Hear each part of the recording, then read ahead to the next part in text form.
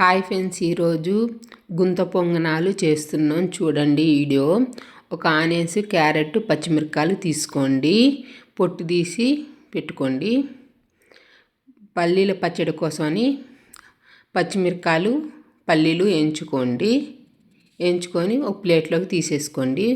పొట్టు తీసేసి ఫస్ట్ మిక్సీలోకి పచ్చిమిరపకాయలు, పల్లీలు వేసుకోండి.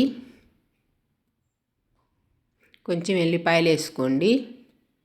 కొంచెం చింతపండు వేసుకోండి. కొంచెం సాల్ట్ వేసుకోండి.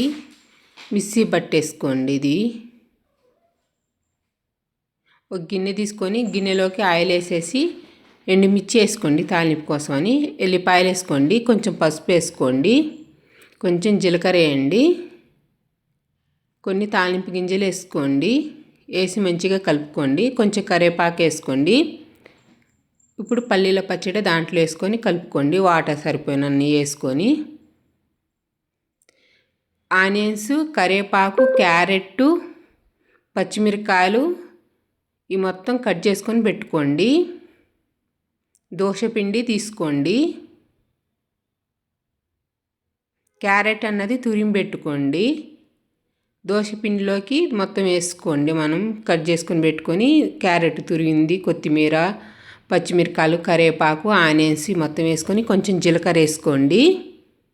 జీలకర్ర వేసేసి మంచిగా కలుపుకోండి.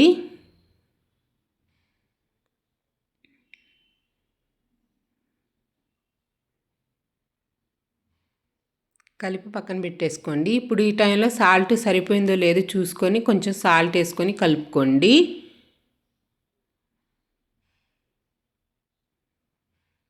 గుంత పొంగనాలు పెనం తీసుకోండి.